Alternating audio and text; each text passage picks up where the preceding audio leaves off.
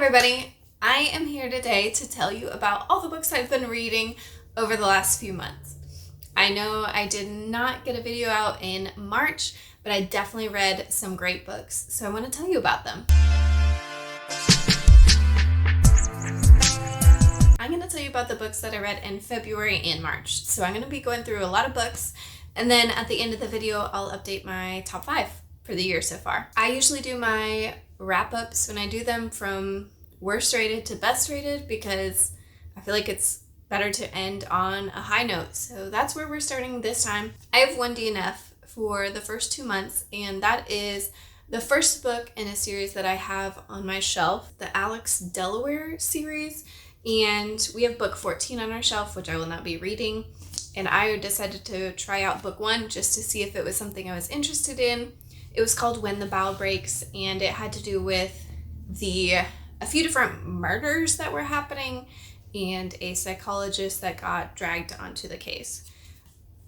It wasn't for me. I found myself about halfway through and not really caring about the mystery. I did not really like the characters. The writing was pretty dated, and it just, wasn't for me. So my only DNF. Okay, I also continued on in the Stainless Steel Trio, or the Stainless Steel Rat series. This book is a binding of the 3 prequels, so I actually technically read the first book in the series, and I did not like it as much as the prequels. I don't know what happened there, but I gave it a 2-star rating. I still plan on continuing the series because I did find this set so enjoyable that I still have hope. Okay, another 2.5 star was Into the Wild. I listened to this on audiobook, and the narrator was kind of robotic almost, but I do think it actually helped me finish the book because I'm not sure I would have otherwise. I just did not get the appeal of this. I didn't like the way it was written out. I wanted a kind of look at his journey that was pretty cohesive, and instead you're kind of all over the place as you get told the story of Christopher and his hike into the wilderness. We're jumping up to my 3-star books. All of these are books that I enjoyed and they were good. I will keep them on my shelves, but I don't think they are going to be in my heart of hearts forever, if that makes sense. So a lot of my nonfiction kids books end up here. The first one is Who Was Harriet Tubman? Really good book. I would love to have it on my shelves at school. It had really good information and was very informative. I had next The Shakespeare Stealer. This follows a kid who is told to go and steal some of Shakespeare's work, but he falls in love with the theater troupe as he's kind of trying to sneak in undercover, and so he has to make a pretty big decision. Again, really good book. I would put it on my shelves in 5th grade, but it didn't really stick with me. Brian's Hunt. This is definitely 3.5 territory. I loved Hatchet growing up and have all of the subsequent books on my shelf. I probably read this at some point in life, but I don't remember it. I think this is probably the weakest in that Hatchet. I think there are 4 books, and this is definitely, in my opinion, the weakest. It felt pretty bare bones. There wasn't that much happening, but I am happy to have it on my shelf. Okay, the next one was a Kindle read. I picked up Among the Hidden at some point last year, which talks about kids that are the 3rd kid in a family when there are only supposed to be 2 kids per family. And so they are often hidden children. And in the first book, we meet one of those children. In the second book, we follow one of those children as they are integrated into a school, and I really liked it. I think it was a really good follow-up and a great kids series. Definitely some darker topics and some darker things happening in that series, but I remember loving the first book as a kid, and I definitely enjoyed the first and second book. Along with that vibe of books I read when I was younger, I picked up On the Far Side of the Mountain. This is the sequel to My Side of the Mountain. I read My Side of the Mountain and Hatchet about the same time in life, and then just really fell in love with nature and being outdoors. So reading the sequels of both of those has been really fun. Okay, we're getting up to my 4-star reads. We have a few of these. I have The Magician by Michael Scott. This is book 2 in a series about twins who are prophesized to be the twins that save the world from the Dark Elders. They meet and are trained by Nicholas Flamel, who you may know developed the Philosopher's Stone. There are lots of characters that make a comeback. In book 2, you get to meet Ares. I am reading book 3 right now, and some of the immortal characters include Billy the Kid and William Shakespeare. If you like mythology and want a good YA series, pick these up for sure. I think they're strong reads and they are really fun. Another throwback reread for me, Little House on the Prairie. I love this book. You can see how worn it is and how old it is. I try and take as good of care of it as I can because it is an old edition. And I just love this book. I think it will always hold a special place in my heart. Okay, I did have The Last Safe House. This is like a 4.5. This is a really good kids nonfiction and historical fiction. It's a mix of both. It has a historical fiction story about a family of slaves who has escaped to Canada and are being held in a safe house. Mixed in with that as a lot of articles, recipes, and facts. I also picked up Persepolis, and I really struggled where to put this in my rating because I think it was one of the most honest memoirs I've ever read, but I really struggled with it in the graphic novel format. For whatever reason, I just needed a little bit more explanation a lot of the time. I think it's a difficult topic to cover, revolutionary Iran. However, I think it is a wonderful book and you should pick it up. If you like nonfiction, definitely try this one out.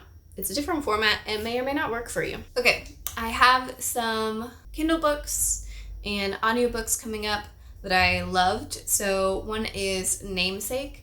It is a sequel to Fable, which is also on this list. Fable was really a little bit higher, but I'm going to talk about both right now. So this is a seafaring YA pirate adventure romance. There's a lot of good stuff in it.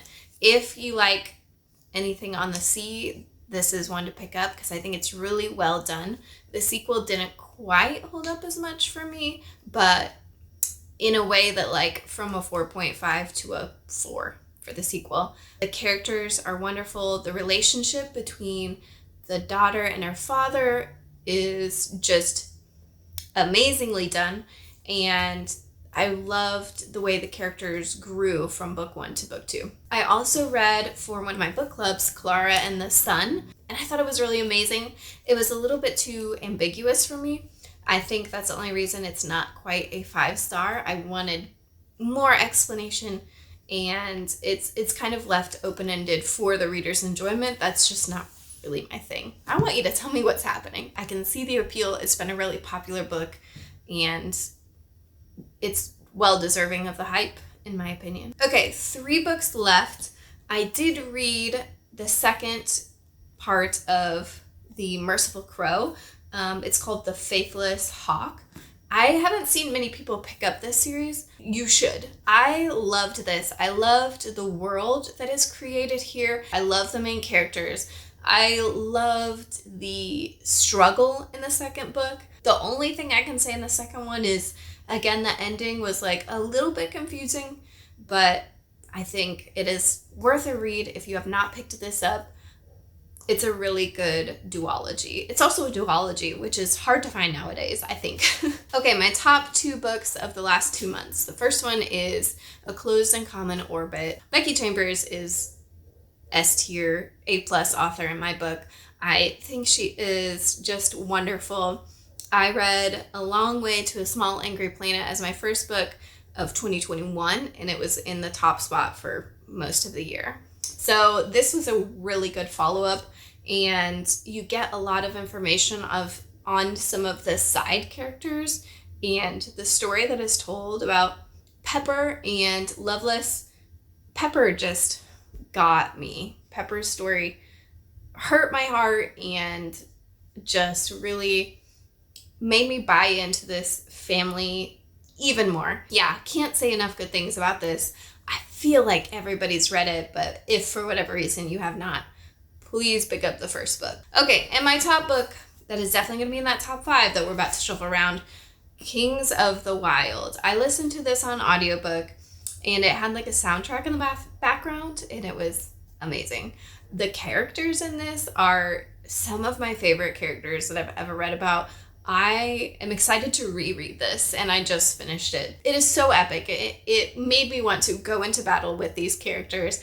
I was so intrigued by the world. The monsters were so much fun. Hoping to do a more in-depth review because I think anybody who likes fantasy should read this, but that's probably a little bit too overarching. So hopefully I'll have a review out about this and I can convince you that you should 100% be picking this up. Okay, so let's look at my top 5 from January.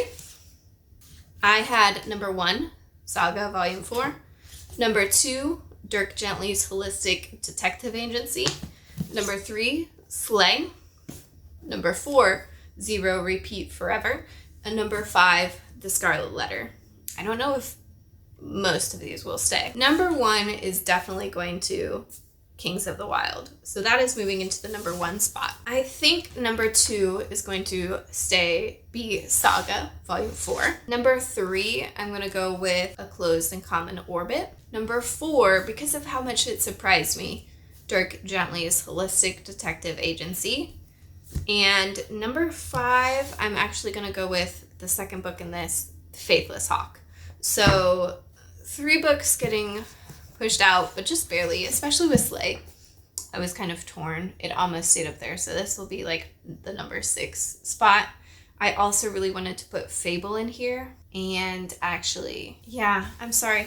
I'm going to change this out. So Fable is going to be number 5. So we have 1, 2, 3, 4, and Fable as number 5. Let me know, what is your top book this year? And have you read this? That's it for this video. I hope you have a great day, and I will see y'all later.